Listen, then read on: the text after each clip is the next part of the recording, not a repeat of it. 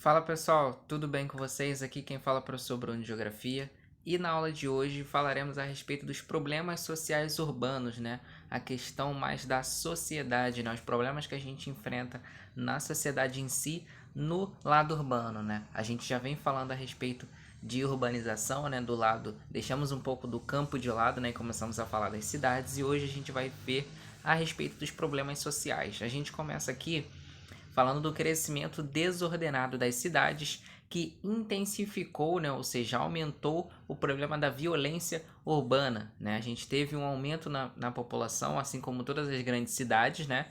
E com isso a gente teve um aumento também na problemática da violência. Tá? É correto dizer que essa situação acontece em função de fome, miséria e desemprego, principalmente países subdesenvolvidos, né? Ou seja, quando a gente não tem esses critérios aí que a gente falou, né?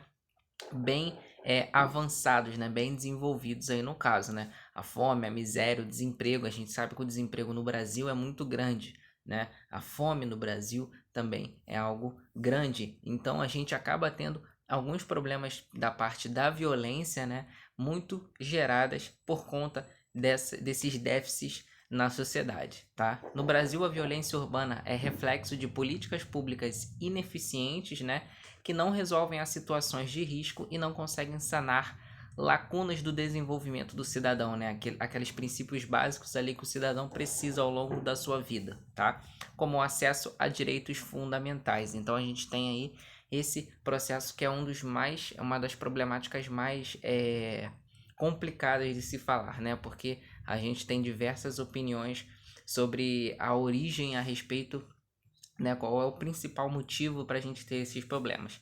Passando adiante, a gente tem a mobilidade urbana podendo ser caracterizada, né, como a maneira que as pessoas utilizam para se locomover, né? A questão de mobilidade sobre o meio urbano. Para a realização de uma análise avaliativa de mobilidade urbana, é necessário levar em conta os seguintes fatores, né? Para a gente poder analisar isso aí, a gente precisa levar em consideração a organização territorial, né? Ou seja, a organização daquele território, a intensidade do fluxo de automóveis nas vias de transporte da cidade, né? Então, o quanto, né, de automóveis ali a gente costuma fazer a rodagem ao longo de um determinado período, né? A gente tem as grandes cidades aí como exemplo São Paulo, Rio de Janeiro, que em determinado período do dia, né, as grandes vias ali elas ficam engarrafadas pelo fluxo muito grande dos carros, tá?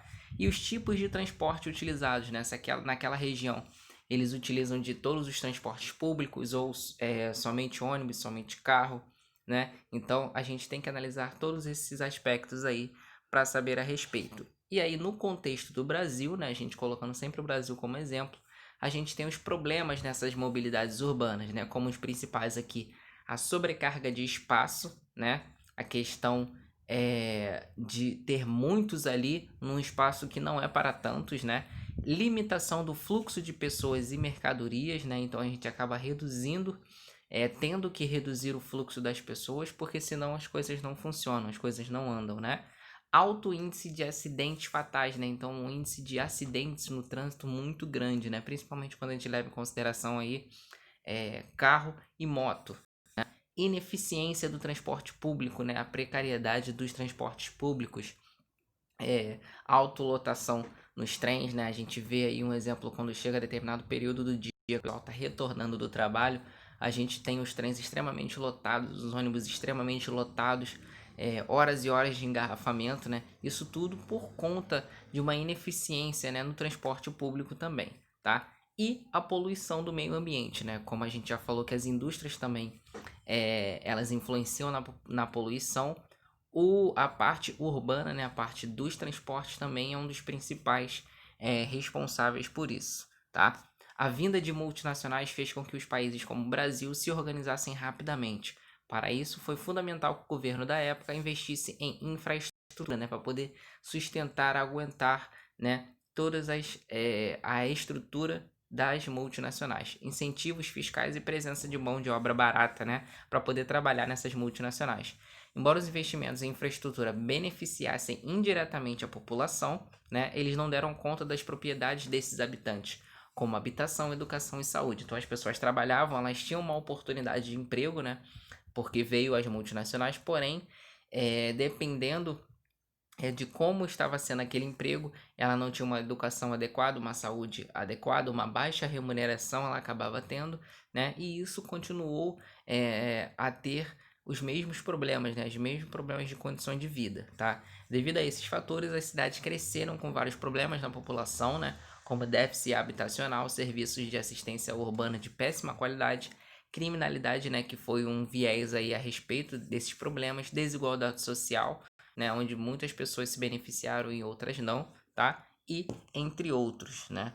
Um assunto muito extenso para a gente comentar, tá? O problema da habitação é um dos mais graves na cidade. A desigualdade social é bem evidente ao comparar as áreas habitadas pela população mais pobre e as do bairros de elite, né? A gente tem essa diferença muito notória, né?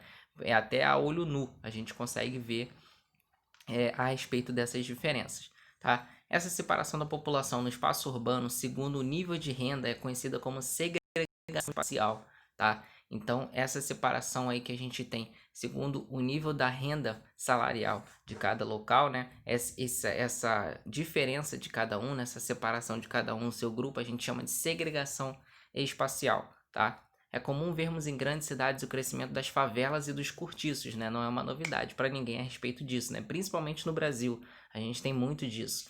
As primeiras são ocupações clandestinas sem infraestrutura urbana adequada, tá? Segundo o Instituto Brasileiro de Geografia e Estatística, o IBGE, atualmente 11,4 milhões de pessoas moram em favelas no Brasil. Olha a quantidade de pessoas que moram. Isso a gente generalizando, né? A gente está colocando números aproximados, tá? Os cortiços são habitações coletivas, normalmente em regiões desvalorizadas próximas aos centros das cidades ou a bairros mais antigos. Alguns desses são imóveis que se transformam em moradia, né, de um número superior de pessoas ao que deveria ser o seu tamanho, né? Então, por exemplo, um local onde a gente tem uma casa que daria para 2 pessoas, mora 5 pessoas, né? Então a gente tem muito disso a respeito no Brasil. E essas casas, esses imóveis, no caso aí, costumam ser sempre próximos aos centros, tá? Dessa forma, os cortiços apresentam vários problemas aos seus moradores, como falta de higiene, iluminação, ventilação, favorecimento e aumento de doenças também, né? Então todos aqueles fatores ali, eles correspondem para um problema maior na sociedade, né? Então os problemas da sociedade, eles são muito ligados à questão de investimento, né? Investimento na educação, investimento na saúde, investimento na segurança. Todos esses fatores aí, de uma maneira equilibrada, fazem com que a sociedade ela suba, né? Ela consiga atender todas as demandas, né? E no caso do Brasil, a gente tem esses déficits em algumas dessas áreas aí, né? Um pouco em cada uma, digamos assim, e isso faz com que a gente tenha diversos problemas sociais, tá? Espero que vocês tenham gostado desse vídeo e até a próxima aula.